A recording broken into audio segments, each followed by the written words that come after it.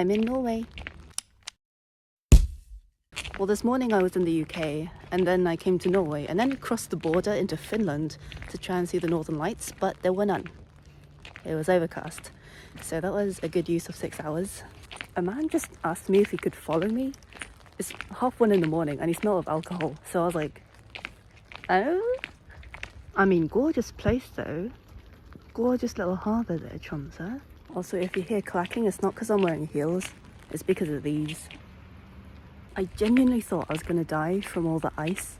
Like, I thought I was going to slip and crack my head open, so I had to buy some spikes for my shoes. I'm going to tell my kids that's Mount Everest.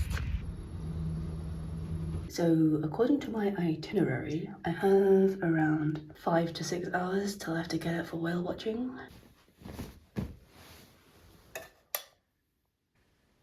Bro, why is my hair so static? What a day. One of the best days of my life. I was gonna vlog on the boat, but I was so tired I just fell asleep. But around 2 hours into the ride, I was just like... And then I heard the captain's voice say, okay, we found some orca up front. And I was like, where? And like, I ran, like I sprinted. Well, you can't really sprint on like a rocking boat, but I tried my best. And then I saw them. They were right there. And like, they were there for a while. I also managed to catch a glimpse of the humpback whale a few times. That was what I was actually there for. Seeing whales and orca was the main purpose of this trip. Like, Northern Lights I can live without, you know. It's a shame if I can't see them, but they're not the point of this trip. However, if I couldn't see whales or orca for this entire trip, then I was gonna commit cannibalism or something. I think we stuck around that spot for about an hour. They were there for a while. The orca were hunting. There was also a baby, which was what, they were a baby. So the whales were hunting, the seagulls were being a nuisance, and the humpback whale was kind of just monitoring the situation, I think just like picking up scraps of herring where it could. Did you know that orca have menopause? But then the sea got really rough, like pretty choppy. The boat was like... And people were being seasick. This one kid was quite literally screaming, crying, throwing up. So the captain decided, okay, we're gonna go back. I'm gonna say that for a lot of the time we were there, I do think we were too close to the orca.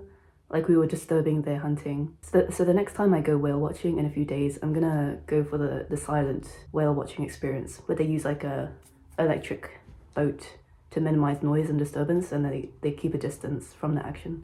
Oh my god, I have a headache. So then I came back, I sat in Mackey's for like an hour, 2 hours even. I watched some Norwegian chavs eat their burgers. And then I went gift shopping, like souvenir shopping. I was really torn between this humpback whale model or like this humpback whale plushie. But to be honest, I probably shouldn't get either because I have literally no space in my bag for either of them. And then I went to a restaurant by myself because I had this whole conversation with my brother. He was like, what are you eating in Norway? And I was like, Mackey's. And he was like, fucking hell, man, you went all the way to Norway. You're eating Mackey's. And I was like, yeah. So I went to a bistro and I had some mussels for starters. Those were some pretty good fucking mussels. And then I tried reindeer steak. It's kind of strange how a place like Tromso, they really pride themselves on their love of reindeers. It's like they're friends with them, but also they like cook and eat them. Anyway, that was good. And I'm going to Oslo for a bit tomorrow. I have a flight tomorrow at 8, which means that I have to be there by at least 6. So I should be sleeping right now because it's half midnight. However, I'm not going to. I'm going to eat crisps and watch YouTube. I am never taking a flight at 8 AM again. I didn't sleep a wink. Personality development. That's crazy.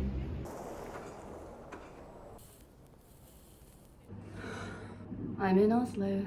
I'm so tired. I didn't sleep. I went to the airport at 5. I slept at the airport like a homeless person for 2 hours. Then I woke up, got on the airplane, slept for like another hour and a half. The good thing about being on the airplane was that I was the only person in my aisle, so I lay down and had a nap there.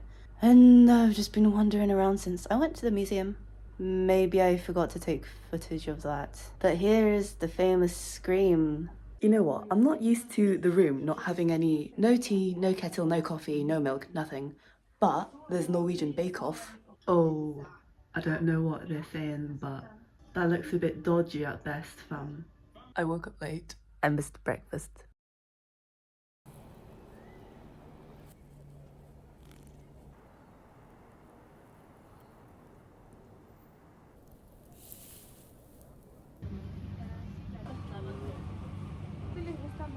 Oslo is nice.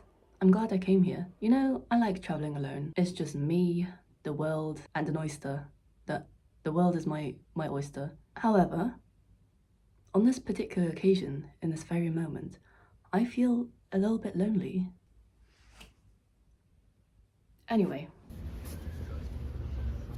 I'm back in Tromso and I feel like having a walk outside while having an existential crisis. So that's what I'm gonna do. Maybe I'll find a hot dog along the way. I got a hot dog, but it is raining, so I have a wet hot dog.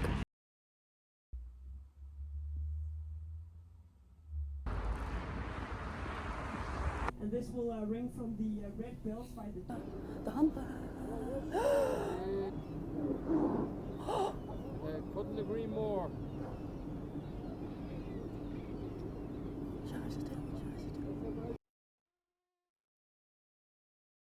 We are going on a Northern Lights chase for the second time. I didn't see anything the first time. I have never been more miserable, exhausted, devastated, distraught, and yet completely satisfied about a trip my entire life. I'm back, as you can see already. The last few days were just kind of a blur. Where did I leave off? I went to see the Northern Lights, and there was a little opening in the sky, and it was just you can't really see it with your own eyes, but on camera it looks kind of green, but I was just kind of like, this is stupid and everything's stupid and we're not going to see the Northern Lights properly and it's just going to be a waste of time and money. And I think it's because I was on my period. But then lights happened. It was quite gradual. They were above us and across from us. On camera, it looks a lot greener than it does with your eyes. Northern Lights is just one of those things that just look better on camera because your eyes in the dark can't pick up color very well. So to me, they just kind of look like light colored clouds, but it was pretty cool. Like they came gradually, and then there was like a curtain of the Northern Lights, and then they started dancing at one point, and it started to get quite cold, so they set up a campfire. Anyway, I talked to these two girls who also happened to be from London, so we got along, and then we coincidentally found out that we were also on the same whale watching tour for the next day. So yeah, the final whale watching experience was pretty good actually. The orca came pretty close to the boat, but they were mostly just traveling, not feeding like the other two times. And there were more whales this time. I only glimpsed them, so I couldn't really tell, but there were at least 3. And apparently, according to the crew, there were humpback and also fin whales. One of them got super close to the boat, like you could actually see the silhouette of it under the water, and then it disappeared. Whales are pretty fast considering how big they are. I also picked up some souvenirs. These are just like normal chocolates.